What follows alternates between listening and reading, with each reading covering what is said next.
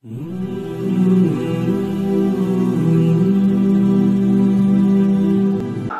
বিষয়গুলো প্রিয় নবী সাল্লাল্লাহু আলাইহি ওয়াসাল্লামের কাছে তারা প্রশ্নের মাধ্যমে জেনে নিতেন। আল্লাহ কোরআনে বলেছেন ফাসআলু আহলা যিকরি ইন কুনতুম লা তা'লামুন, তোমরা আহলে জিকির ওলামাদের কাছে জিজ্ঞাসা করো যদি তোমরা না জানো। নবী আলাইহিস সালাম বলেছেন আসওয়ালু নিসফুল ইলম, আদর্শ প্রশ্ন জ্ঞানের অর্ধেক। বেশিরভাগ জায়গায় মাহফিলগুলোতে বা বিভিন্ন মিডিয়াতে প্রশ্ন যারা করেন এই প্রশ্নগুলো হয় খোঁচাখুচিমূলক, জানার উদ্দেশ্যে প্রশ্ন হয় খুব কম। এই যে আমার হাতে অনেকগুলো প্রশ্ন দিয়েছেন, এগুলো প্রশ্ন নাকি আলপিন আমার সন্দেহ হয়। আলপিন বুঝেন তো, মানে কতগুলো আলপিন দিছে, কেউ কাউকে খোঁচানো দরকার, নিজে পারছে না তো মৌলভী সাহেবের কাছে দিয়ে দিলে হুজুর একটা খোঁচা আপনি দিয়ে দেন। প্রশ্ন না, এটা কি আলপিন। এটা খুবই দুঃখজনক একটি ব্যাপার। নিজের জানার জন্য প্রশ্ন খুব কম হয়। আল্লাহ তাআলা সঠিক উদ্দেশ্যে সুন্দরভাবে প্রশ্নোত্তরের মাধ্যমে জ্ঞান অর্জন করার তৌফিক আমাদেরকে দান করুন। প্রথম প্রশ্ন, প্যান্টের সমস্যার অজুহাতে সালাত পরিত্যাগ করার বিধান কি? প্যান্টের সমস্যার কারণে অনেক যুবক ভাই বা অনেক বিভিন্ন বয়সের ভাইয়েরা দেখা যায় নামাজ পড়ে, নামাজ পড়তে বললে বলে যে হুজুর প্যান্টে একটু অসুবিধা আছে না? না এরকম রোগ?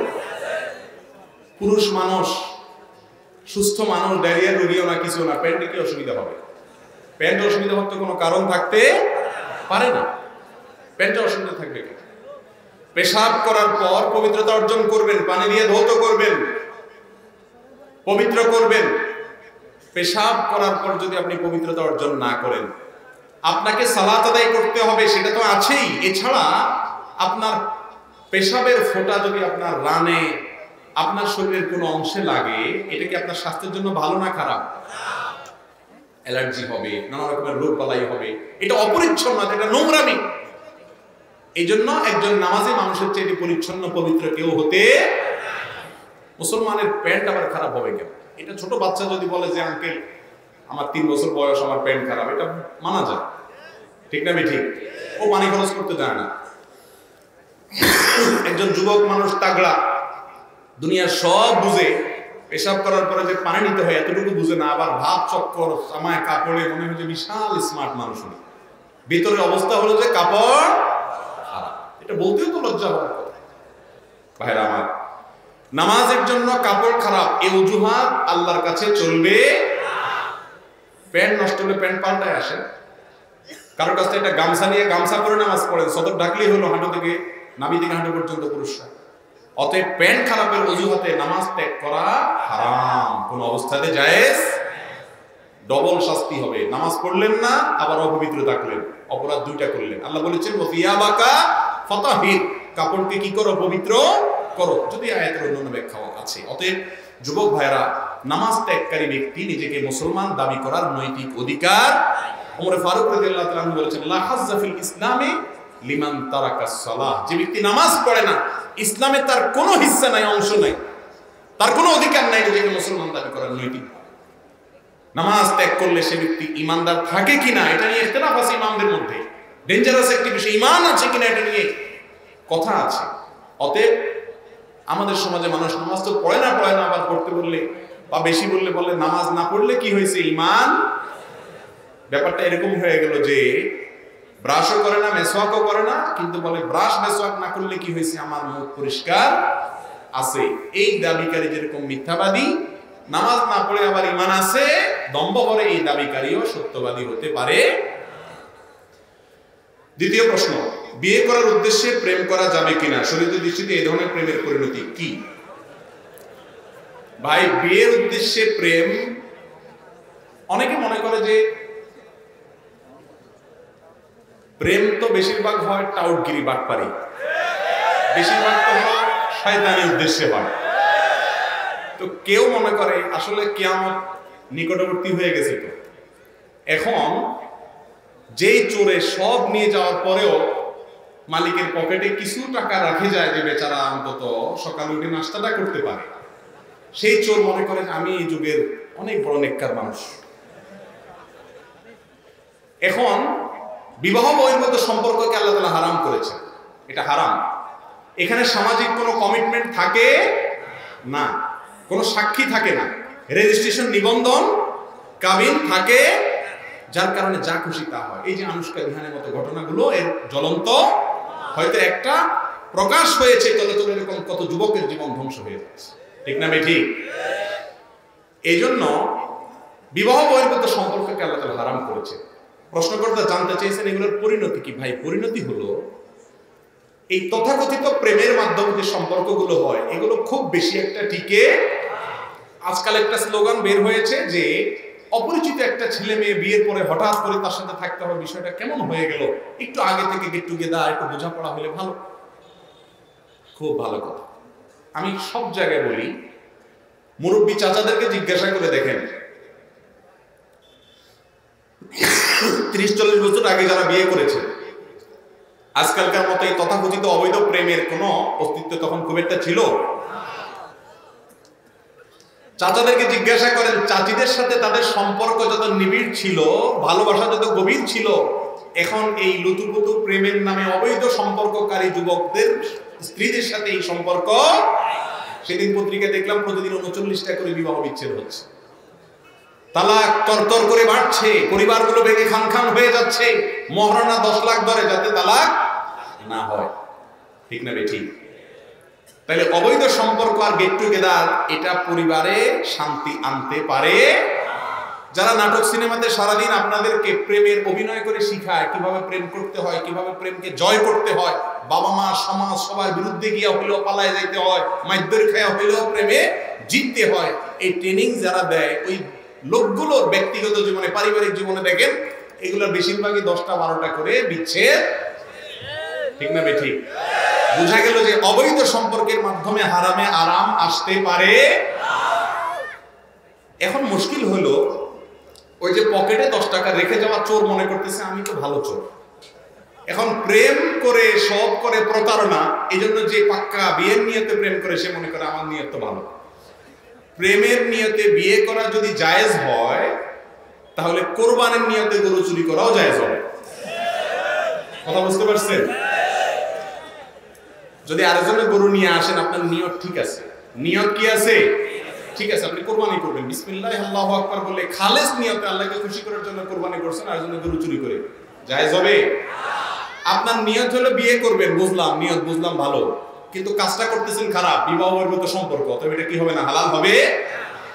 নাম্বার 3, হস্তমৈথুনের শরীয়ী বিধান কি? এক্ষেত্রে অভ্যস্তদের আত্মনিয়ন্ত্রণের উপায় কি? খুবই গুরুত্বপূর্ণ একটি প্রশ্ন। আর যুব সমাজ ধ্বংসের দ্বার প্রান্তে চলে যাচ্ছে। অনেক যুবকরা ব্যক্তিগতভাবে আমাদেরকে জানান, ভাইরা আমার, হস্তমৈথুন একটি হারাম এবং কবিরা গুনাহ। জেনা করা যেরকম গুনাহ হারাম, হস্তমৈথুন করাটাও কি হারাম। আল্লাহ রাব্বুল আলামিন কোরআনে কারীমে সূরা মুমিনুন 18 নম্বর পারার প্রথম সূরা, আল্লাহ তাআলা বলেছেন, ওয়াল্লাযীনা হুম আনিল লাগবি ওয়াল্লাযীনা লিফুরুজিহিম হাফিজুন ইল্লা আলা আজওয়াজিহিম আও মা মালাকাত আইমানুহুম ফাইন্নাহুম গায়রু মালুমিন ফামান ইবতাগা ওয়ারাআ যালিকা ফাউলাইকা হুমুল আদুন। বৈধ স্ত্রীর মাধ্যমে যৌন চাহিদা চরিতার্থ করা ছাড়া অন্য যত পদ্ধতিতে মানুষ যৌন চাহিদা চরিতার্থ করে, হাত দিয়ে বা অন্য কোনো উপায় হস্তমৈথুনের মাধ্যমে, আল্লাহ বলেছেন তারা হলো সীমা লঙ্ঘনকারী। তারা কি? তার মানে হারাম। একটি যায়ীফ হাদিসে এসেছে, লাআনাল্লাহু নাকে হাইয়াদি, যে ব্যক্তি হস্তমৈথুন করে আল্লাহ লানত তার উপরে বর্ষণ হয়। যদি এই হাদিসের সনদ নিয়ে অনেক মুহাদ্দিসগণ আপত্তি তুলেছেন, কিন্তু এই ব্যাপারে পৃথিবীতে কোনো আলেমের দ্বিমত নাই যে হস্তমৈথুন করা একটা হারাম কাজ, একটা হারাম। এটা দুনিয়ার জন্য যেমন ধ্বংস, আখিরাতের জন্য ধ্বংস অনিবার্য। মুশকিল হলো এই নেশা থেকে বাঁচতে পারে না যুবকরা। বাঁচার জন্য কয়েকটা পরামর্শ। নম্বর 1, হস্তমৈথুন থেকে বাঁচার জন্য সবচেয়ে কার্যকর হলো যে সমস্ত হারাম জিনিস দেখার কারণে হস্তমৈথুনের আগ্রহ জাগ্রত হয় সেগুলো দেখা বন্ধ করা। সেগুলো দেখা বন্ধ করা। এগুলো আপনার আখিরাতকে ধ্বংস করবে, আপনার দুনিয়াকে ধ্বংস করবে। এগুলো থেকে সরে আসার জন্য হিম্মত লাগে, সৎ সাহস লাগে। মোবাইলটাকে ফরম্যাট দিয়ে দেন, ফেসবুক আইডি ডিঅ্যাক্টিভ করে দেন, ইউটিউব অ্যাপ দেখেন না মোবাইলে। অর্থাৎ যেই সমস্ত জায়গাতে হারাম জিনিস দেখে আপনি হস্তমৈথুনের দিকে অগ্রসর হন, সেগুলো দেখা কি করতে হবে? বন্ধ করতে হবে। নাম্বার 2, হস্তমৈথুন সাধারণত নির্জনতা ছাড়া হয়। যথাসম্ভব নির্জনতা অ্যাভয়েড করতে হবে। যথাসম্ভব নির্জনতা কি করতে হবে? যাতে একাকী রুমে না থাকেন, কোন একজন বন্ধু যেন থাকে, কোন একজন মানুষ যেন থাকে। একা একা যত সম্ভব থাকবেন না, রুমে থাকলে দরজা কখনো আটকাবেন না। এক কথা, নির্জনতাকে এড়াইয়া চলবেন। এগুলো নিজেকে সংশোধন করার জন্য সংগ্রাম। নাম্বার 3, আল্লাহর কাছে একটু মনে মনে দোয়া করবে নামাজের পরে, আল্লাহ আমার ক্ষমতা না নিজেকে নিয়ন্ত্রণ করা, আল্লাহুম্মা আতি নাফসি তাকওয়াহা ওয়া যাক্কিহা ওয়া আনতা খায়রু মান যাক্কাহা। আল্লাহ আমার মনটাকে কন্ট্রোল করা, শয়তানের প্রয়োজনা থেকে আমাকে বেঁচে থাকার মতো শক্তি আপনি দেন, আপনি আমাকে বাঁচায় দেন। আল্লাহর কাছে কি করবেন? দোয়া করবেন। এগুলোর মাধ্যমে ইনশাআল্লাহ আল্লাহ তাআলা আমাদেরকে হেফাজত করবেন। আর সর্বশেষ এবং 4 নম্বর হলো, বিবাহ করার ন্যূনতম ক্ষমতা থাকলে দ্রুত বিবাহ করে ফেলবে। আর প্রবাসীরা খুব দ্রুত প্রবাস শেষ করে দেশে চলে আসবে। এগুলোর মাধ্যমে ইনশাআল্লাহ হস্তমৈথুন থেকে নিরাপদ হওয়ার সুযোগ ইনশাআল্লাহ তৈরি হবে। এরপরে প্রশ্ন, পর্নোগ্রাফি দেখার ফলে শরীর থেকে নির্গত তরল পদার্থের কারণে গোসল ফরজ হয় কিনা? প্রথম কথা হলো, পর্নোগ্রাফি দেখা হারাম। এই হারাম কাজ করার পর আপনার শরীরে কোনো অবস্থা হোক বা না হোক, এই দেখাটাই কি হারাম।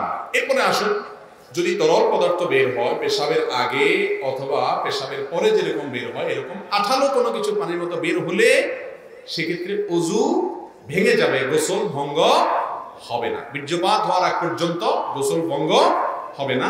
এরকম হলে কাপড় লাগলে কাপড়ের ওই জায়গাটা শুধু ধুয়ে ফেললে চলবে, আর ওযু করলে কি হয়ে যাবে? নামাজ পড়া যাবে। এরপরে আসুন, ফ্রি ফায়ার ও পাবজি গেম খেলার বিধান কি? প্রথম কথা হলো ভাইরা আমার, আমরা আগেই বলেছি রহমানের বান্দাদের বৈশিষ্ট্য হলো তারা অনর্থক অহেতুক কাজ করতে পারে না।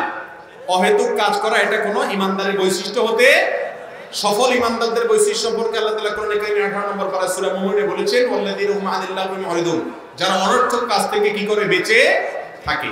এইজন্য অনর্থক কাজ থেকে বেঁচে থাকতে হবে। গেম খেলা এটা কি অর্থবহ কাজ না অনর্থক কাজ? কিন্তু আজকাল অনেক সময় গেম খেলে পয়সা কামানো যায়, এটাকে একেবারে অনর্থক বলা যায় না। কিন্তু এই পদ্ধতিতে অর্থ কামাইকে ইসলাম সমর্থন করে। এটা আর্থসামাজিক উন্নতির জন্য তেমন কোনো ভূমিকা রাখে না, এটা প্রোডাক্টিভ কোনো কাজ না, এটা জীবনকে শেষ করে দেয়। ভাইরা আমার, যেই খেলা দেখার পরে আরো স্থূলতা তৈরি হয়, যেই খেলা দেখার পরে আরো অলসতা তৈরি হয়। লুডো আমরাও ছোটবেলায় যে খেলি নাই তা তো না, কিন্তু লুডো খেলার পরে মনে প্রশান্তি অনুভব হয় না, আরো অস্থির লাগে। হারলে তো মনে হয় যে দুনিয়াটা শেষ করে ফেলি, আরো অবস্থা খারাপ, তাই না?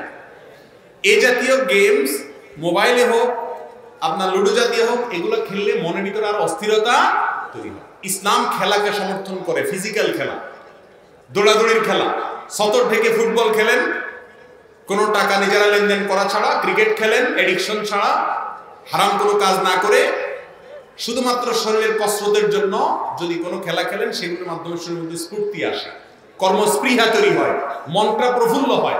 আধা ঘন্টা ফুটবল খেলেন কোনো হারাম লেনদেন টেনদেন ইত্যাদি ছাড়া, সকল হারাম বাদ দিয়ে ফুটবল খেলেন, খেলার পরে দেখবেন নিজের ভিতরে একটা ফ্রেশনেস অনুভব হবে। এই জন্য ফিজিক্যাল খেলা ইসলামে কি আছে? জায়েজ আছে, শর্ত সাপেক্ষে। আর এই জাতীয় পাবজি গেম, নামই হলো পাবজি। এখন কি কারণে পাবজি, অজয় তাসমিয়ার নামের কারণ জানি না, তবে পাপ আছে শুরুতে, অতএব এটা হালাল না হারাম জিজ্ঞেস করার দরকারটা কি? আর দ্বিতীয় কথা হলো যে এই যে পাবজি, ফ্রি ফায়ার, এই সমস্ত গেমগুলোর ভিতরে অনেক শিরকের উপাদান আছে। সব মিলিয়ে এটা কোনো মুসলমানের জন্য খেলা কি নাই? যুবক ভাইরা, সময় কাটানোর জন্য আপনারা গেম খেলেন, আমি জানি যে সময় কাটে না। আপনাদের হাতে এত সময়, যে সময় কাটানোর জন্য গেম খেলা লাগে। আর সাহাবায়ে কেরামের এত অল্প সময় ছিল যে রাসূলের কাছে বলতে, ইয়া রাসূলুল্লাহ কদ কাসুরা আমারুল ইসলাম, কদ কাসুরা আলাইনা, ইসলামের এত কাজ ইয়া রাসূলুল্লাহ কখন আমরা করে শেষ করব, একটু সংক্ষেপ করে দেন। রাসূলুল্লাহ সাল্লাল্লাহু আলাইহি ওয়াসাল্লাম সংক্ষিপ্ত রূপ বলে দিতেন। আর আমাদের হাতে এত সময় যে নামাজ পড়ে, রোজা রেখে, হজ, যাকাত, প্রতিদিন এক পারা কোরআন তেলাওয়াত, ইসলাম শোনা শেখা সব করার পরে আরো এত হিউজ সময় যে পাবজি গেম খেলে সময়টা কাটাইতে হয়। আবার ঠিকও বলে, মাহফিলের ঠিকের কোনো ঠিক নেই। জি ভাই, এগুলো জায়েজ নেই। এলাকার অধিকাংশ তরুণ প্রযুক্তির অপব্যবহারের কারণে এ ধরনের পর্নোগ্রাফিতে আসক্ত। আমরা কতিপয় যুবক সমষ্টিগতভাবে বিষয়টি নিয়ে সাধারণ যে কাজ করছি। এবারে আপনার পরামর্শ, দিক নির্দেশনা কামনা করছি। পর্নোগ্রাফি নিয়ে পরামর্শ চাচ্ছেন ভাই, আমরা হস্তমৈথুন নিয়ে যে পরামর্শগুলো দিয়েছি সেই পরামর্শগুলো এখানে রিপ্লেস করবেন এবং অবশ্যই নেককার বন্ধুদের সাথে থাকবেন। বিশেষ করে যুবক ভাইদেরকে বলছি, যে বন্ধু আপনার হারাম থেকে বাঁচতে শিখে, খুব কঠিন এবং এরকম যুবকের সংখ্যা খুবই কম। আল্লাহ বলেছেন ইয়া আইয়ুহাল্লাযীনা আমানুত্তাকুল্লাহ ওয়া কুনু মাআস সাদিকিন, হে ঈমানদাররা তাকওয়া অবলম্বন করা, তার উপায় হলো সত্যবাদী বা ভালো মানুষদের সাথে থাকা। অতএব এই পর্নোগ্রাফি থেকে দূরে সরে আসার জন্য ভালো পরিবেশ, নেককারদের সান্নিধ্য, ভালো মানুষদের সাথে থাকার কোনো বিকল্প হতে শেখ। আমি তো প্রশ্ন মাত্র শুরু করছি না, তোমার আলোচনা শুনবেন না প্রশ্ন শুনবেন? প্রশ্ন দেখছেন আওয়াজ নাই, সবাই প্রশ্ন শুনবেন। এটা তো আপনি ফুসলায় রাজি করেছেন, ফুসলায় রাজি করলে তো হবে না। আচ্ছা যাক, সংক্ষেপে শেষ করি। কোন ব্যক্তি যদি অনেকের কাছে ঋণ চেয়ে ঋণ না পাওয়ার পর সুদের দ্বারস্থ হয়, তাহলে ওই সব মানুষ গুনাহগার হবে কিনা যাদের কাছে টাকা থাকার পরও ঋণ দেয় নাই? খুবই দরকারি একটি প্রশ্ন। ভাইরা আমার, কেউ ঋণ চাইলো, আপনার কাছে টাকা আছে কিন্তু আপনি দেন নাই, বেচারা বাধ্য হয়ে সুদে ঋণ নিতে হয়েছে, তাহলে সেক্ষেত্রে আপনি গুনাহগার হবেন কিনা?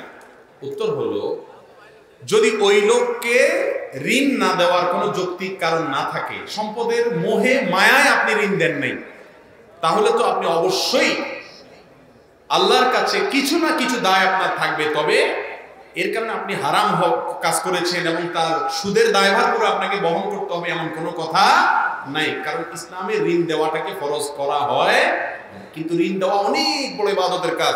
কোন কোন ক্ষেত্রে কোন কোন হাদিসে আসছে যে দানের চাইতে পর্যন্ত বেশি সওয়াব হয় কিসে? ঋণ দিলে। কোন কোন এই জন্য ঋণের কালচারটা আবার ফিরে আসতে হবে। যে গ্রামে গঞ্জে সুদের বিশাল বড় প্রচলন, অহরহ প্রচলন, এগুলার অন্যতম বড় কারণ হলো হালাল ঋণ দেওয়ার সিস্টেম আজ আমরা হুজুররা শুধু মাসআলা বললে হবে না, মানুষকে হালাল ঋণ দেওয়ার সিস্টেম চালু করতে হবে প্রচলিত আইন এবং নিয়ম অনুসরণ করে। অতএব ব্যক্তিগতভাবে এক অন্যকে ঋণ দিতে সম্পদের মোহের কারণে অস্বীকৃতি জানানো উচিত। মুশকিল হলো ঋণ যে দিবে, ঋণ তো নিতে পারলে আর পাওনাদারকে চিনেও না, এরপরে এমন একটা ভাব যে ওই লোকটা যেন ভিক্ষুক, ভিক্ষা চাইতে আসে। এই রোগটা এখন আমাদের সমাজে ব্যাপক আকার ধারণ করেছে, তাই না? একটা হাদিস শুনেন, সহিহ বুখারীতে আসছে, রাসূল আকরাম সাল্লাল্লাহু আলাইহি ওয়াসাল্লাম বলেছেন, খিয়ারুকুম আহসানুকুম খায়রুকুম আহসানুকুম কাদাআ, তোমাদের মধ্যে সবচেয়ে ভালো মানুষ হলো ওই ব্যক্তি যে ব্যক্তি বাকি নেওয়ার পরে, ঋণ নেওয়ার পরে সেটাকে পরিশোধ করার ক্ষেত্রে ভালো মানুষের পরিচয় দেয়, ওয়াদা ঠিক। দোকান থেকে একবার বাকি নিতে পারলে আর ওই দোকানের সামনে দিয়া হাঁটে না, আর চিনেই না। এটা কোনো মুসলমানের চরিত্র হতে।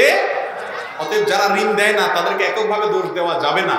ঋণ নেওয়ার পরে টালবাহানা করা মাত্রুল গানিয়ে যুলমুন, নবীজি বলেছেন যার দেওয়ার সামর্থ্য আছে তারপরে ঘুরাঘুরি করে, এটা আরেক অবিচার। অতএব ভাইরা আমার, শুধুমাত্র নামাজ কালাম পড়া, টুপি লাগানো, দাড়ি রাখা, এটার নাম ইসলাম না। এটা ইসলামের অনেক গুরুত্বপূর্ণ অংশ। ইসলামের অতীব গুরুত্বপূর্ণ অংশ হলো নিজের চরিত্র, লেনদেন, এগুলোকে ঠিক করা। অতএব ঋণ নিলে সময় মতো পরিশোধ যে করে তাকে নবীজি বলেছেন যে খায়রুকুম, সে তোমাদের মধ্যে উত্তম, আহসানুকুম কাদাআ। বিধায় শুধুমাত্র যে ঋণ দেয় নাই তাকে এককভাবে দোষ দেওয়া যাবে না।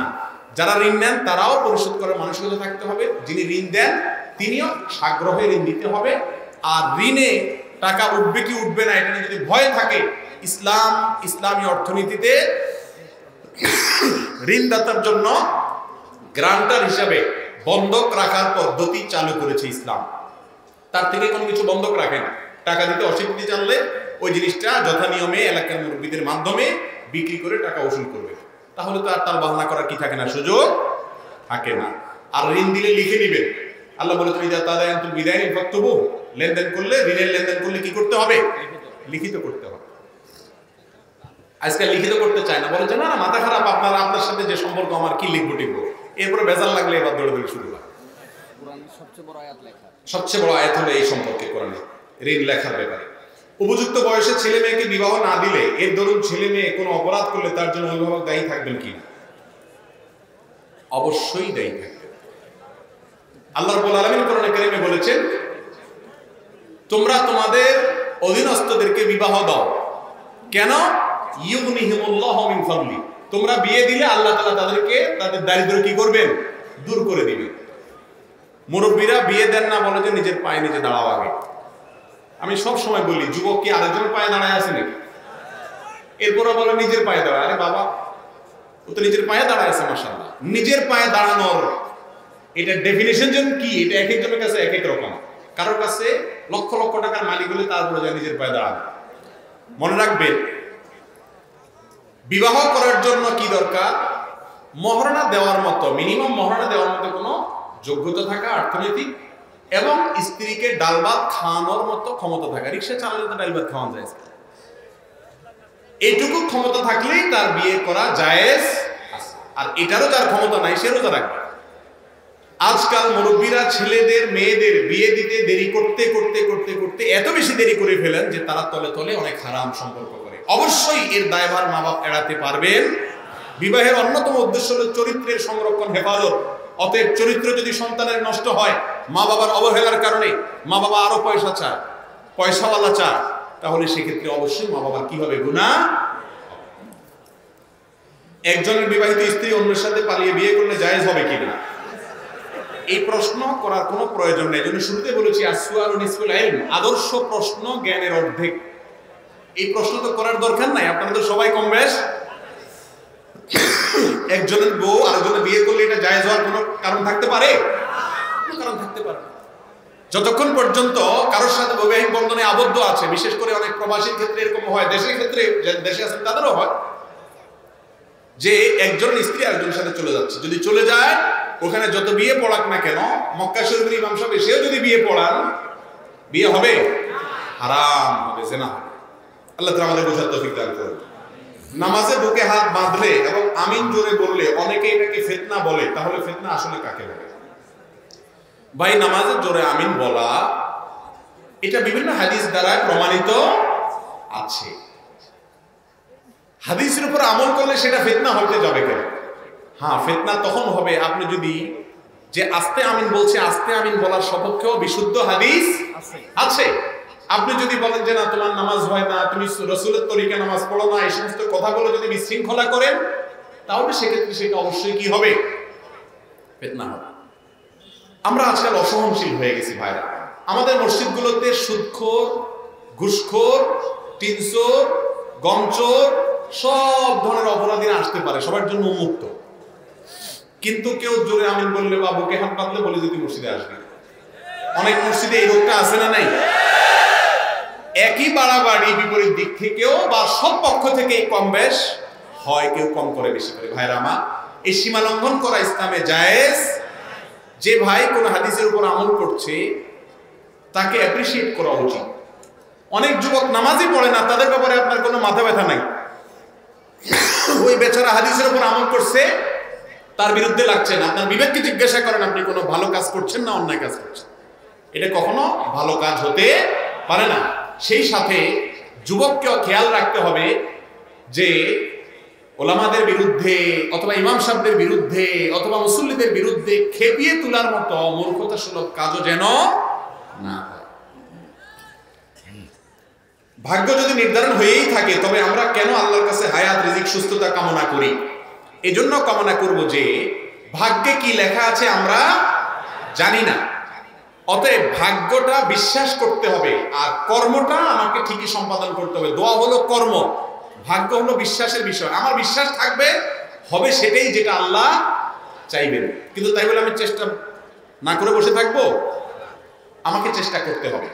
ভাগ্যের জায়গায় ভাগ্য বিশ্বাস করবে। একজন এক হুজুরকে এরকম ধরছে আটকানোর জন্য। বলে যে হুজুর, ও নামাজ পড়ে না। বলে নামাজ পড়ে না কেন? বলে হুজুর, আমি তো আসলে নামাজ পড়তে চাই, যেহেতু আল্লাহর হুকুম ছাড়া কিছুই হয় না, তো এই জন্য আমি আসলে মসজিদে যাচ্ছি না। আল্লাহ আমার নামাজে নেওয়ার মনে হুকুম নাই, আমার ভাগ্যে লেখা আছে আমি এখন শুয়ে থাকবো, এই জন্য আমি শুয়ে আছি। হুজুর বেচারা তো কোনো জবাব দিতে পারে নাই, নামাজের টাইম এসে চলে গেছে। পরে সকালবেলায় ও যখন উঠে প্যান্ট শার্ট পরে হাঁটা দিচ্ছে, কলার ধরছে। চান্দু কই যাস? কই অফিসে যাই। শো, আল্লাহ তাআলা তোর খাওয়াবে না ইনশাআল্লাহ। আল্লাহর প্রতি এত বিশ্বাস তোর, যে আল্লাহর কথা হুকুমের বাইরে কিছুই হয় না, তুই শুয়ে থাক, আল্লাহর হুকুমের বাইরে কিছুই হবে। তো বোঝা গেল যে এগুলো সব সুবিধাবাদী কথাবার্তা। ভাগ্যের ভালো মন্দ সবকিছু আল্লাহর নিয়ন্ত্রণে, ঠিক আছে, কিন্তু আমাকে সেই আল্লাহই বলেছেন কি করতে, ফাইদা কুদিয়াতিস সালাতু ফান্তাশিরু ফিল আরদি ওয়াবতাগু মিন ফাদলিল্লাহ, আল্লাহর রিজিক তালাশ করো। আর হাদিসে আসছে দোয়ার মাধ্যমে আল্লাহ তাআলা কিছু কিছু ভাগ্য পরিবর্তন করেন। এজন্য দোয়া এবং চেষ্টা ঠিকই চালাতে। মহারণা আদায় না করে অনেক দাদা দাদিরা বয়সী হয়ে মারা গেছেন, তাদের উপরে শরীয়তের হুকুম কি? মহারণা পরিশোধ করে যেতে হবে। স্ত্রীর মহারণা ছাড়া যদি কেউ মৃত্যুবরণ করেন, কিয়ামতের দিন সেই স্ত্রী তার বিরুদ্ধে বাদী হয়ে আল্লাহর কাছে মামলা করবে, কারণ তার পাওনা অধিকার আদায় করেন না আপনি। এজন্য যদি ময়মুরব্বী মারা যেয়ে থাকেন, নাতি হিসাবে আপনার মায়া হয়, হ্যাঁ আমার দাদা দিছে না দিছে, তো মহারণার ওই টাকাটা দাদার পক্ষ থেকে দান করে দিবেন, অথবা দাদির পক্ষ থেকে দান করে দিবেন, যেন আল্লাহ তাআলা তাকে কি করে মুক্ত করে দেয়। বাকি তাদের কি অবস্থা হয়েছে না হয়েছে, তারা কেউ কাউকে মাফ করে দিয়েছেন কি দেন, তাদের ব্যাপার। আপনি নাতি হিসাবে নিশ্চয়ই দাদা দাদির মহারণা 10 টাকা 20 টাকার বেশি ছিল না, তো 20 টাকা দান করা কোনো ব্যাপার না, খুব সহজে দাদা দাদিকে মুক্ত করতে পারবেন। আজ বাংলাদেশে এত সমস্যা হওয়ার পরেও সকল আলেমরা কেন ঐক্যবদ্ধ হচ্ছেন না? ভাই, আলেমরা বেশিরভাগ বিষয়ে ঐক্যবদ্ধ আলহামদুলিল্লাহ। বাংলাদেশে 6 ওয়াক্ত নামাজের কথা বলা আলেম আছে কোনো? জোহরের নামাজ 6 রাকাতের পক্ষে কোনো আলেম আছে? শুধুমাত্র অনৈক্যগুলোকে অনেকে বড় করে দেখায়। আমি তো দেখি যে 99% বিষয়ে সবাই এক। অমিলের বিষয়গুলো বেশি না কম? কম। এই কমটাও দূরত্বটা কমে যাবে। আপনাদের একটা দায়িত্ব আছে, আর সবচেয়ে বেশি দায়িত্ব হলো ক্যামেরা আলাদা বলবো। কোথায় আমি কি ওয়াজ করলাম না করলাম, আমি কারণ নামও নেই নাই, ইশারাও দেই না, আমার মাথায়ও নেই, ভিডিও কেটে তার সাথে লাগাই দিলেন। কাজটা কি হালাল না হারাম? সবচেয়ে ওয়াজ বেশি শুনে ক্যামেরাওয়ালারা, আর ওয়াজ শোনার পরে আবার এই যে আকামটা করেন, আল্লাহর কাছে জবাব করা লাগবে কি লাগবে না বলেন? ওলামায়ে কেরামের একজনের সাথে আরেকজনকে বাঁধানোর জন্য ভক্তদের দায় অনেক বেশি। আমার ভক্ত ওনার 14 গোষ্ঠী উদ্ধার করতেছে, আছে না নাই?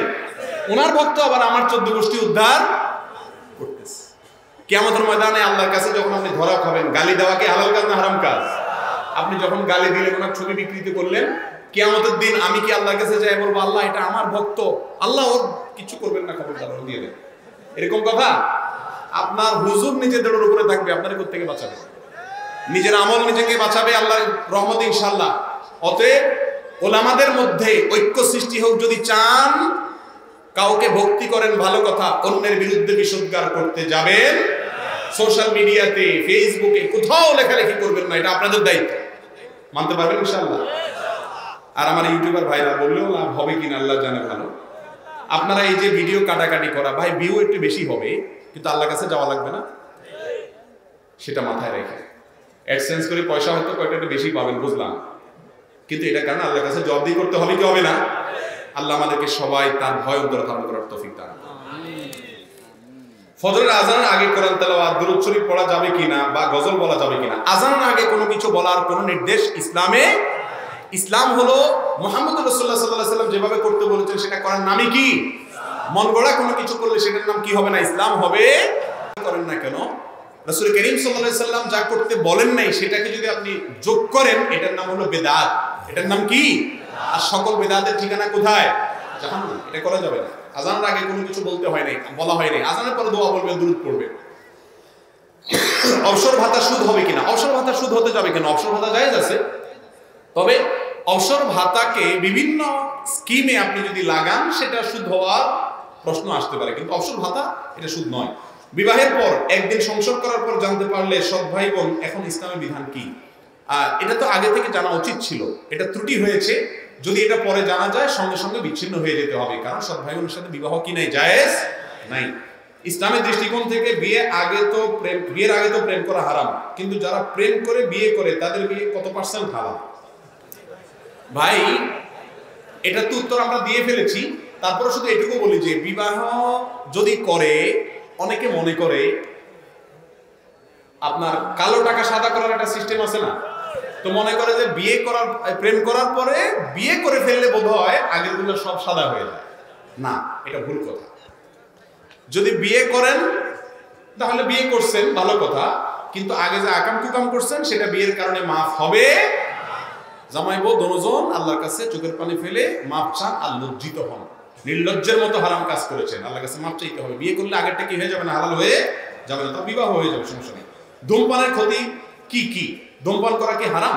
ধূমপান মানুষের স্বাস্থ্যের জন্য ক্ষতি করা, ইসলামের জন্য ক্ষতি করা কোনো কিছু মানুষের গ্রহণ করা খাওয়া জায়েজ নাই। আল্লাহ বলেছেন আদর কবিয়া দিগুলো তাহলে ওখানে নিজেদেরকে শেষ করিও না। ধূমপান এটা ক্ষতিকর কিছু নেওয়া জায়েজ নাই। টাকা ফিক্সড করে এসে বয়ান করাটা কতটা জায়েজ? ভাই এটা আমি দেখি নাই, প্রশ্নটা দেখলে হয়তো উত্তর দিতাম না। বলে উত্তর কেন দিতেন না? কারণ হলো এই সমস্ত প্রশ্নের অনেক লম্বা কথা উত্তর দিতে আমার সময় নেই। তারপরে সংক্ষেপে বলি যে কাজে টাকা নেওয়া জায়েজ সে কাজে চুক্তি করাও নাজায়েজ হলে নেওয়াও জায়েজ হবে না, চুক্তি করাও কি হবে না, জায়েজ হবে। মৌলিকভাবে ওয়াজ মাহফিলে আসার আগে টাকার চুক্তি করা, না দিলে ঝগড়াঝাটি করা, এটা কোনো আলেমের ইসলাম প্রচারকের শান হতে পারে না। রাসূল আকরাম সাল্লাল্লাহু আলাইহি ওয়াসাল্লাম তো দিন প্রচার করতে গিয়ে মাইর খাইছেন। আপনারা তো আমাদেরকে একটু ভাত তরকারিও দেন ভালো ভালো, আলহামদুলিল্লাহ, আবার পয়সাও দেন, সেখানে চুক্তি করতে হবে কেন? কিন্তু মুশকিল হলো চুক্তিটা আসলে অনেক সময় সাদে করে না। আমি চট্টগ্রামে এক জায়গায় গেছি, অনেক ভেতরে, মাহফিল টাহফিল সব শেষ করে আমরা এসে বাসে উঠে মুসাফা দিয়ে হুজুর যান। আরে ভাই বুঝলাম যাবো, আমার বাসের ভাড়াটা তো দিবা, বাসের ভাড়া যদি না দাও, আমার তো প্রতিদিন মাহফিলে যাওয়া লাগে, আমি বাজারে জমি বেশি এসে মাহফিল করবো না। এখন মুশকিল হলো যে আয়োজকরাও অনেক সময় দায়িত্বশীল আচরণ করেন না, আবার আলেমরাও আলেমের শানের থেকে বাইর হয়ে যায়, এটাকে পয়সা কামানোর মাধ্যম বানায় ফেলেছে। এটা কখনো কোনো আলেমের শান হতে, আমি তো বলি যে এক জায়গায় কম দিলে আরেক জায়গায় একটু বেশি দিয়েছে, আলহামদুলিল্লাহ গড়ে সমান হয়ে যাবে। কিন্তু আয়োজকদেরও দায়িত্বশীল ভূমিকা রাখা উচিত। অনেক ওলামা ইকরাম দেখা যায় যে ওয়াজ মাহফিল করতে গিয়ে কয়েকদিন আগে কোনো আলেম জানে গাড়ি অ্যাক্সিডেন্ট করে নতুন গাড়ি শেষ হয়ে গেছে, সাদিক রহমান আজহারী সাহেব না, এরকম অনেক ওলামা ইকরাম আছে। মৌলানা হাসান জামিল সাহেব একবার দেখলাম যে মাহফিল থেকে আসার সময় গাড়ি শেষ হয়ে গেছে, গাড়ির দাম কত। তো এই জন্য মাহফিলের আয়োজকরাও দায়িত্বশীল ভূমিকা রাখা উচিত। মাহফিলের নাম দিয়ে লাখ লাখ টাকা উঠাইয়া হুজুরের কোনো রকম বিদে ডেকে বাকিগুলো বাজক করে নিয়ে নিলেন, অথবা বাকিগুলো দিয়ে অন্য কোনো কাজ করলেন। ভালো করে শুনে রাখেন, মাহফিল আয়োজকরা অনেক সময় টাকা উঠাইয়া, টাকা বাঁচা, ইচ্ছাকৃত টাকা বাঁচাইয়া লাগবে 2 লাখ, উঠাইলেন 5 লাখ, বাকি 3 লাখ আপনি অন্য তথাকথিত ভালো কাজ করলেন, এটা কিন্তু জায়েজ। হ্যাঁ, আপনি কার্পণ্য করলেন না, এরপরও কিছু থেকে গেছে, সেটা দিয়ে যে কোনো ভালো কাজ করতে পারেন, কিন্তু আপনি প্ল্যান করেছেন, মানুষ থেকে নিয়েছেন, মাহফিলের কথা বলে আপনার উদ্দেশ্য হলো 10 টাকা খরচ করে 20 টাকা বাঁচাবো, আমার অন্য কোনো টার্গেট আছে, এটা হলো প্রতারণা, এটা জায়েজ নাই। অতএব শুধুমাত্র হুজুরদের বিরুদ্ধে মাসালা ঢুকাই দিলেন, আয়োজকদের বিরুদ্ধে 2-4টা বলেন। আল্লাহ আমাদের সবাইকে আল্লাহর ভয় অন্তর লালন করার তৌফিক দান করুন। তবে এইভাবে টাকা হাঁকাইয়া এবং এটা নিয়ে বার্গেনিং করে, বাড়াবাড়ি করে ওয়াজ মাহফিল করা কোনো আলেমের শান হতে পারে না। আমি আপনার কাছে জানতে চাই, যারা বিভিন্ন কোম্পানির কাছ থেকে, ডাক্তাররা বিভিন্ন কোম্পানির কাছ থেকে নগদ টাকা উপঢৌকন গ্রহণ করার বিনিময়ে ওই কোম্পানির প্রোডাক্ট লিখেন, এটা শরীয়ত সম্মত কিনা? এই বিষয়ে আমাদের একটা ভিডিও আছে, এটা দেখে নিতে পারেন। সংক্ষেপে শুধু এটুকু বলি, ডাক্তারদের জন্য ওষুধ কোম্পানি গিফট, টাকা পয়সা, বিভিন্ন সুবিধাদি, এগুলো গ্রহণ করা জায়েজ নাই। গ্রহণ করার একমাত্র পদ্ধতি হলো নতুন একটা প্রোডাক্ট কোনো কোম্পানি বের করেছে, ডাক্তারকে সেটা পরিচিত করার জন্য স্যাম্পল দিয়েছে, এটুকু জায়েজ হতে পারে। কিন্তু আমাদের দেশে যেটা হয় আমরা জানি, এই বিষয়ে আমি একটা ভিডিওতে কিছু কথা বলেছি, বলার পরে বাংলাদেশের একজন এনবিআর একজন কমিশনার, উনি আমাকে ফোন করে বলতেছেন, ভাই আপনার ভিডিওটা হয় নাই। বললাম কেন? বলে যে আপনি প্রকৃত অবস্থা যদি জানতেন আর কড়া করে বলতেন। উনি বললেন যে আমি এক ওষুধ কোম্পানির মালিককে ডাকে আনছি আমার অফিসে, এনে মায়ের ছাড়া বাকি সবকিছু তাকে দিছি, কারণ আমার ওয়াইফের একটা অ্যান্টিবায়োটিক কিনতে গেছি 95 টাকা করে। আমি খোঁজখবর নিয়ে দেখলাম যে ওইটা কস্ট মাত্র 15 না 20 টাকা, আর বাকিগুলো যায় হলো এই উৎকোচ ডাক্তারদেরকে এমনি সেমনি দিতে দিতে। গরিব রোগীদের ক্ষতি হয়। একজন ডাক্তার তিনি প্রেসক্রিপশন করার বিনিময়ে আমার কাছ থেকে যে ফি নিয়েছেন, এর কারণে তিনি বাধ্য আমাকে সুপরামর্শ দিতে। তিনি তলে তলে যদি ওষুধ কোম্পানির রিপ্রেজেন্টেটিভের কাজ করেন, ওষুধ বেচার ধান্দায় থাকেন, তাহলে এটার নাম প্রতারণা, এটা জায়েজ নাই। আল্লাহু আকবার উচ্চারণ করার সময় আকবরের রাকে টেনে পড়া ঠিক হবে কিনা? না, ঠিক হবে কেন? তাজবিদের সাথে বলতে হবে আল্লাহু আকবার, আল্লাহু আকবার, এরকম বলা যাবে না। অনিচ্ছাকৃত হয়ে গেলে অসুবিধা নাই, কিন্তু শুদ্ধতা শেখার চেষ্টা করতে হবে। ইসলামের দৃষ্টিতে হালাল কোনো খেলাধুলা আছে কিনা এটা আমরা বলেছি, কোন খেলাধুলা হালাল হারাম। বাবার 3 সন্তানের মধ্যে প্রথম সন্তানের নামে কিছু জমি বাবা লিখিত দেওয়া হয়েছে, বাকি 2 সন্তানকে কিছু সম্পত্তি ওসিয়ত করে গেছে। বাবা মারা যাওয়ার পর বড় সন্তান ওসিয়ত মানতে রাজি না। এই সমস্যার ইসলামিক সমাধান কি হবে? বাবা যদি জীবদ্দশায় একটা সন্তানের নামে ওসিয়ত করে যান যে তাকে এই সম্পদটা তোমরা দিও, তাহলে বাবা হারাম কাজ করেছেন, বাবা হারাম কাজ করেছেন। নোমান ইবনে বাশীর রাদিয়াল্লাহু আনহু বাবা তার এক সন্তানকে কিছু সম্পদ দিয়েছেন, এসে রাসূলের কাছে বলছেন, ইয়া রাসূলুল্লাহ, আমার অমুক ছেলে কেটে দিয়েছেন। তিনি বলেছেন, তোমার তো আরো সন্তান আছে, সবাইকে সেভাবে দিয়েছে সমানভাবে? বলে, ইয়া রাসূলুল্লাহ, দেই নেই। তখন বলেছেন, ইত্তাকুল্লাহ ওয়া আদিলু বাইনা আওলাদিকুম আও আবনাইকুম, আল্লাহকে ভয় করো এবং সন্তানদের ব্যাপারে ন্যায়নিষ্ঠ আচরণ। অনেক বাবা মা, বিশেষ করে গ্রামাঞ্চলে, ছেলে মেয়ে যার সাথে একটা লাইন গেট আছে, ওর নামে জমি কিছু লেখা দেয়, হারাম, কিয়ামতের মাঠে আল্লাহর কাছে দাঁড়াইতে হবে। এমনকি যে ছেলে আপনার বেশি আদর করে, বেশি খেয়াল করে, ওর জন্য আপনি বেশি জমি দিলে লিখে দিবেন, সেটাও কি হবে না? জায়েজ হবে না। কারণ আপনার ঘরে জন্মগ্রহণ করার কারণে তার অধিকার হয়ে গেছে আপনার সম্পদে ভাগ পাওয়া। কেউ যদি আপনার সাথে সদাচরণ করে, আল্লাহর কাছে সে তো বিনিময় পাবে, কেউ করে না সে শাস্তি পাবে। কিন্তু জমি আপনি দেওয়ার ক্ষেত্রে, সম্পদ দেওয়ার ক্ষেত্রে হেরফের করতে পারবেন না। অতএব বাবার এই ওসিয়ত মানা কোনো জরুরি না। রফিল আদান করা সুন্নত, কিন্তু ইমাম সাহেব যদি রফিল আদান না করেন, মুক্তাদি যদি রফিল আদান করেন, কোনো গুনাহ হবে কিনা? কোনো অসুবিধা নেই। ইমাম কোনো সুন্নত না পালন করলে মুসল্লি যে করবেন এমন কোনো কথা নাই। জানাজায় দাঁড়িয়ে ইন্নী ওয়াজ্জাহাতু পড়া জায়েজ আছে কিনা? জানাজা বলতে জায়নামাজে বোধহয় বলছেন। জায়নামাজে দাঁড়ানোর দোয়া হলো ইন্নী ওয়াজ্জাহাতু, এটা আমাদের দেশে প্রচলিত আছে। আমি বলি, ভাই, রাসূলের যুগে জায়নামাজই ছিল না, দোয়া থাকবে কোত্থেকে? জায়নামাজ ছিল রাসূল সাল্লাল্লাহু আলাইহি ওয়াসাল্লামের যুগে, তাহলে দোয়া পড়বে কোত্থেকে? ইন্নী ওয়াজ্জাহাতু এটা হলো দোয়ায়ে ইস্তিফতা সানা, সুবহানাকাল্লাহুম্মার জায়গায় কি পড়বেন? ইন্নী ওয়াজ্জাহাতু পড়বেন পারলে, কিন্তু জানামাজে দাঁড়ানোর কি নাই, আলাদা কোনো দোয়া নাই। এটা বগদাদি কায়দাতে আছে বা বিভিন্ন বই পুস্তকে আছে, কোরআন হাদিসে কোথাও নাই। আমাদের দেশে মেয়ে বিবাহ দেওয়ার পরে বিভিন্ন সময়ে নানান ধরনের উপঢৌকন পাঠানো হয়, যেমন শীতের নাস্তা, কোরবানি, গরুর মাংস, মশলা ইত্যাদি। এগুলো সম্পর্কে কি বলবেন? মেয়ে বিয়ের পরে বিভিন্ন ধরনের উপঢৌকন পাঠানো হয়। দেখেন, আমি সবসময় বলি এই কথাগুলো, মেয়ে বিয়ের পরে যৌতুক নেওয়া, সেটা পিঠার নাম দিয়া হোক, ফলের নাম দিয়া হোক, এটা হলো সবচেয়ে বড় নির্লজ্জতা এবং নিকৃষ্ট ডাকাতি। নিকৃষ্ট ডাকাতি। ঠিক বলে জোগাড় দিয়ে লাভ নাই। যুবকরা হিম্মত করেন, আমার বিয়েতে শ্বশুরবাড়ি থেকে কোনো সুতাও নেব না ইনশাআল্লাহ। মুরব্বীরা নিয়ে থাকলে ফেরত দিয়ে দেন, শেখ বলতেছেন, ভালো কথা বলছেন, নিয়ে থাকলে ফেরত দেন। দেখেন ভাইরা আমার বিয়েতে আমার শাশুড়ি একটা ফ্রিজ দিয়েছেন, তখন 10,000 টাকা দিয়ে একটা ফ্রিজ দিয়েছেন। আমার ওয়াইফকে আমি বলেছি, এটা আমি তো ঘরে ঢুকতেই দেবো, এটা ফেরত দিয়ে আসতে হবে। যাই হোক, অনেক জোরাজোরি করে এটা দিছে। আমি 3-4 বছর ব্যবহার করার পরে হাদিয়া দিছে, এখন কিছু করে না জোর করে। 3-4 বছর ব্যবহার করার পরে আমি 2009 সালে যখন সৌদি আরব চলে যাই, ওটা আবার কৌশলে শাশুড়ির বাসায় দিয়ে আমি চলে গেছি। আজকে দৌড় কালে দৌড়, আর ফেরত নেই। যুবকরা বা মুরব্বীরা অনেক সময় করে কি জানেন? মাসালা ঘুরে নেয়। মেয়ে যখন বিয়ে দেয়, তখন এই মাসালাগুলো খুব ভালো করে বলে, হুজুরের ভিডিওটা খুঁজে দেখায়, ভাই সাহেব দেখেন তো কি বলছে হুজুরে। কিন্তু আবার নিজের ছেলেটা যখন বিয়ে করায়, তখন আবার আমতা আমতা করে, কয় না খুশি হয়ে দিলে তো যায়। এই রোগটা আমাদের মধ্যে আছে না নেই? যৌতুক অভিশাপ, যৌতুক সামাজিক অভিশাপ। দিনদার কপালে সিল লাগাই ফেলছেন সিজদা করতে করতে, এই সিলে কোনো কাজ হবে না যদি এই যৌতুক নেন। লজ্জা থাকা উচিত। মেয়ের বাপ, অন্যদিক চলে যাওয়ার কথা আমি শেষ করি। মেয়ের বাপ মেয়েটাকে জন্ম দেওয়ার পরে বড় করা পর্যন্ত লক্ষ লক্ষ টাকা ইনভেস্ট করছে, কি করে না মেয়ের জন্য? আপনি ছেলে তো শ্বশুর মশাইকে যাই বলা উচিত, আব্বা জান, এই মেয়েরে পড়াইছেন, এমএ পাস করেছেন আপনি, আর ওই এমএ পাসের সার্ভিসটা দিচ্ছে আমার ঘরে, আমার বাচ্চা কাচ্চা পড়াচ্ছে, ঠিক না বেঠিক? অসুস্থ ছিল, সুস্থ করছেন আপনি, এখন কাজ করতেছে আমার বাসায়, ঠিক না বেঠিক? সব পয়সা খরচ করলেন আপনি, সার্ভিসটা নিচ্ছি আমি। অতএব কত খরচ হয়েছে বলেন? মানুষের মূল্য তো দিয়ে পারা যায় না, অন্তত সার্ভিস ফি বা খরচগুলো অন্তত দেই। এটা করা উচিত যুবকদেরকে। উল্টে আরো বেহায়ার মতো বলে যে মেয়ে জন্ম দিছো কেন? এই জন্য তোমার শাস্তি পিঠা দাও, আম দাও, কাঁঠাল দাও, নির্লজ্জের মতো, এর চেয়ে ভিক্ষা করা অনেক বেশি উত্তম। কোরবানির গরু দেয়। আবার বিয়ের সময় মেয়ের বাড়িতে কতজন যাবে সেটা নিয়ে বার্গেনিং করে, 500 লোক যাবে, 600 লোক যাবে। খানার এত তল পড়ে গেছে, এত নির্লজ্জ হইতে হবে কেন? নাম মাকে বরযাত্রী, আমি বলি বদযাত্রী। বদযাত্রী, বদ। বিয়ের মধ্যে একটা খাওয়া আছে শুধু, মেয়ের বাড়িতে হবে। ঠিকঠাক বলে চিল্লাবেন, কিন্তু কাজের বেলা তো কিছু হয় না, সবই তো হয় তলে তলে সবাই করে। হিম্মত করবেন?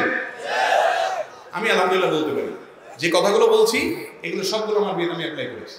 আমার শ্বশুরবাড়ি থেকে বলছে যে বাবা মেহমান কয়জন আসবে? আমি বললাম আমার বাপ অভিভাবক হিসাবে থাকবে আর আমার মামা থাকবে, 2জন সাক্ষী লাগে, 2জন থাকবে আর আমি 3 নম্বর। আলহামদুলিল্লাহ বহুত জোরাজোরির পরে, কান্নাকাটির পরে কোন রকম টেনে টেনে 8 জন না 9 জন নিছি আমি। এরপরে অনেক যুবক আছে যে মেহমান নিয়ে শ্বশুরবাড়ি যায় ওঠে, এমন নির্লজ্জ। যাক, আমি আর এদিকে আর যাচ্ছি না, এগুলো হারাম কাজ, এগুলো জায়েজ না ভাই। যৌতুকের বিরুদ্ধে সংগ্রাম করতে হবে। শুধু কেন ওই কপালে সিল লাগানো দিনদারি না, নামাজ পড়বেন আর এগুলো ঠিক করবেন। করবেন তো ইনশাআল্লাহ? ইসলামিক পোশাক বলতে কি বোঝায়? সতর ঢাকা কি ইসলামিক পোশাক নয়? শুধুমাত্র পাজামা পাঞ্জাবি কি ইসলামিক পোশাক? পোশাক সম্পর্কে জানতে হলে ডক্টর খন্দকার আব্দুল্লাহ জাহাঙ্গীর রহমাহুল্লাহ রচিত পোশাক, পর্দা ও দেহসজ্জা, এই বইটা কিনবেন। এত চমৎকার একটা বই, সবাই পড়া উচিত। এখানে স্যার রহমাহুল্লাহ অমুসলিমদের অনেক গবেষণার কথা উল্লেখ করেছেন। সংক্ষেপে শুধু এটুকু বলি, ইসলামী পোশাক বলতে বিশেষ কোনো টাইপের পোশাক নাই। এই যে জুব্বা পাঞ্জাবি পরছি আমরা, এগুলো কোনো ইসলামী পোশাক বলতে কোনো কিছু না। ইসলামী পোশাকের কিছু ড্রেস কোড দেওয়া আছে, যেমন পুরুষরা মেয়েদের মতো পোশাক পরবে না, সতর ঢাকে এরকম পোশাক পরবে, অমুসলিমদের মার্কা বহন করে এমন কোনো পোশাক পরবে না। আজকাল দেখবেন পাঞ্জাবির সাথে ওড়না পাওয়া যায়, আছে কিনা? নাই। ওড়না থাকবে মেয়েদের, অতএব পাঞ্জাবির সাথে ওড়না থাকলে এটা কি নাই? জায়েজ নাই, এটা মেয়েদের থাকবে। এখন মেয়েদের পাঞ্জাবিতে ওড়না থাকে না, পাঞ্জাবিতে না কি বলে এদের জামাতে ওড়না থাকে না। ওড়না চলে আসছে কাদের? পুরুষের পাঞ্জাবিতে। শয়তানে এটারটা ওইটা লাগিয়ে দিচ্ছে, তো এটা জায়েজ নাই। কিন্তু বিশেষ কিসিমের পাঞ্জাবি, ফাড়া, গোল, জুব্বা, এরকম কোনো নির্দেশনা ইসলাম দেয় নাই। শার্ট প্যান্ট পরে একজন মানুষ ইসলামী পোশাক পরতে পারে যদি ওই শর্তগুলো সে পালন করে চলে, টাকুন্নিসে যেন না যায়। মেয়েদের ক্ষেত্রে পুরুষের সাদৃশ্য হবে না, বাজে মেয়েদের কোনো মডেলদের কোনো অনুসরণ করবে না, এবং পর্দা প্রসিদ্ধা থাকে এরকম পোশাক পরবে, অতিরিক্ত পাতলা পোশাক পরবে না। এ হলো ইসলামের ক্ষেত্রে পোশাকের ক্ষেত্রে ড্রেস কোড। গোসল করার পর যদি তার মনে পড়ে গোসলের প্রথম 2টা ফরজ তিনি আদায় করতে ভুলে গেছেন, পরবর্তী মনে পড়লেও কুলি করে এবং নাকে পানি প্রবেশ করলে তার গোসল ফরজ হয়ে যাবে কিনা? হয়ে যাবে, তারতিব রক্ষা করা জরুরি না। গোসল করে ফেলছেন, শরীরে পানি দিয়ে ফেলছেন, পরে কুলি করছেন, নাকে পানি দিচ্ছেন, কোনো অসুবিধা নাই, হয়ে যাবে। অনেকে দ্বিতীয় বিয়ের বিধান কি? দ্বিতীয় বিয়ে সামর্থ্যবান পুরুষের জন্য জায়েজ আছে যদি বউয়ের মাইদুর ইত্যাদি সামলানোর ক্ষমতা থাকে, আর সবচেয়ে বড় কথা হলো যদি ইনসাফ করার ক্ষমতা থাকে। বিয়ে 2টা 3টা করবেন, একটারও খোঁজ খবর নেবেন না, এটা জায়েজ নাই। আল্লাহ তাআলা বলেছেন ফাইন খিফতুম আল্লা তাআদিলু ফাওয়াহিদা, আপনি একাধিক বিয়ে করলে স্ত্রীর অধিকার আদায় করতে পারবেন কিনা সেই ক্ষমতা যদি আপনার না থাকে, ভয় হয়, তাহলে আপনার জন্য একটা করা জায়েজ, 2টা করা জায়েজ। এদেশে একাধিক বিয়ে অনেক রিকশাওয়ালা ভাইরা, অনেক শ্রমিক ভাইরা, অনেক সাধারণ মানুষ, নামাজ কালাম নাই, দিনদারি নাই, ইসলাম বুঝে না, 2টা 3টা বিয়ে করে এক একটা ভালো রাখছে, খোঁজ খবর নেয় না। এরা একাধিক বিয়েকে কি করে ফেলেছে? বদনাম করে ফেলেছে। বাংলাদেশে ছেলের সংখ্যা বেশি না মেয়েদের সংখ্যা বেশি? মেয়েদের সংখ্যা বেশি, বেশি মানে অনেক বেশি। অতএব যদি একাধিক বিয়ে অ্যালাউড না হতো ইসলামে, তাহলে তো সব মেয়ের বিয়ে হতো। তবে হ্যাঁ, এক্ষেত্রে অবশ্যই যথাযথ নিয়ম অনুসরণ করতে হবে। অনেকে কাজের মেয়ে অথবা বান্ধবী বা দীর্ঘদিন সম্পর্ক রেখে যোগাযোগ করে, দেখা করে, মোবাইলে কথা বলে, একসাথে রিকশায় ঘুরে এরপরে দ্বিতীয় বিয়ে করলে জায়েজ হবে কিনা? এটা কেমন প্রশ্ন হলো ভাই? এটা তো আমরা বলেছি বিবাহ বহির্ভূত সম্পর্ক হালাল না হারাম? হারাম। বিয়ে বহির্ভূত সম্পর্ক করলেন, এক হারাম কাজ করলেন, আবার বিয়ে করবেন ওয়াদা দিয়েছেন, আবার সে ওয়াদা খেলাপ করেছেন, আরেক হারাম কাজ করেছেন। কাম কয়টা করেছেন? হারাম 2টা করেছেন। ইসলামী নাটকে কিছু কিছু ক্ষেত্রে ব্যাকগ্রাউন্ড মিউজিক ব্যবহার করতে হয়, জানতে চাই তা জায়েজ আছে কিনা? ভাইরা আমার, কোন নাটকে যদি ইসলামের কথাও বলে কিন্তু সেখানে উন্মুক্ত নারীকে প্রদর্শিত হয়, মিউজিকের ব্যবহার হয়, সেখানে ইসলামের যত কথাই বলা হোক না কেন সেটা আসলে ইসলামী নাটক হতে পারে না। হারাম কোনো জিনিস থাকলে সেটা ইসলামী হওয়ার সুযোগ নাই। নাম শুধু ইসলামী দিয়ে দিলেই কি হবে না, ইসলামী নাটক হয়ে যাবে না। ইসলামী গান পাওয়া যায়, যত ইসলামী সঙ্গীত আছে শতকরা 1% 2% আছে কিনা আমার সন্দেহ আছে। ম্যাক্সিমাম ইসলামী সঙ্গীতে ব্যাকগ্রাউন্ডে এত সূক্ষ্ম মিউজিক আছে যেটা ধরার ক্ষমতা, আমি নিজে অনেক সময় একদিনে শুনে শেয়ার টেয়ার দিয়ে পরে দেখি যে মিউজিক স্পেশালিস্ট বলতেছিল ভালো করে শুনে দেখেন মিউজিক আছে, খুব হালকা মিউজিক দিয়ে রাখছে। বহুত কঠিন হয়ে গেছে বলে আমাদের জন্য ইসলামের নাম দিয়া ইসলামী গান, ইসলামী অমুক, ইসলামী তমুক, কয়দিন পর ইসলামী জেনা বাইরে হয় কিনা আল্লাহ জানে। আল্লাহ তো আমাদের হেদায়েত দান করুন। ইউটিউবে দেখা যায় কফি গাছে একটি ফল ধরে, ওই ফল বিড়ালের মতো একটি প্রাণী খেয়ে থাকে, তারপর ওই প্রাণী মল ত্যাগ করলে তা থেকে কফি তৈরি হয়। দেখেন ভাই,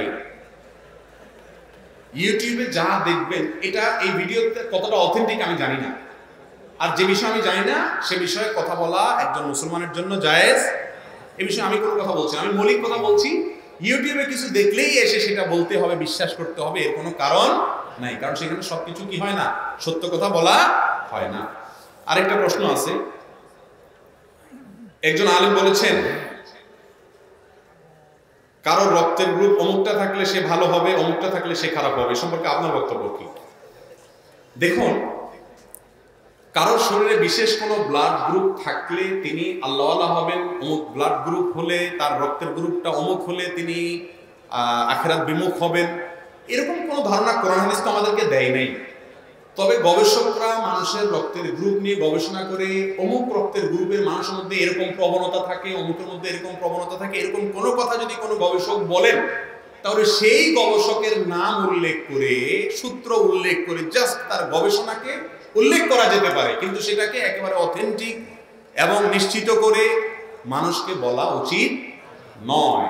আল্লাহ রাব্বুল আলামিন তাকওয়া, দিনদারি এটা আল্লাহ প্রদত্ত। কারো রক্তের গ্রুপ কিছু হলে, এখন আমি যদি বলি যে অমুক রক্তের গ্রুপ হলে সে আখিরাত থেকে দূরে থাকে, এই বেচারা মনে করবে তাইলে তো আমি যত চেষ্টা করি কাজ হবে না, আমি টানবো জান্নাতের দিকে, আমার রক্তের গ্রুপে আমাকে জাহান্নামের দিকে টেনে নিয়ে যাবে। তো এত সহজ সমীকরণ করা উচিত না, আর বিশেষ করে এই সমস্ত বিষয় অনেক স্পর্শকাতর, অনেক ভেবেচিন্তে কথা বলতে হবে। আল্লাহ তাআলা আমাদেরকে বুঝার তৌফিক দান করুন। জাযাকুমুল্লাহু খায়রা ওয়া আবরাদা।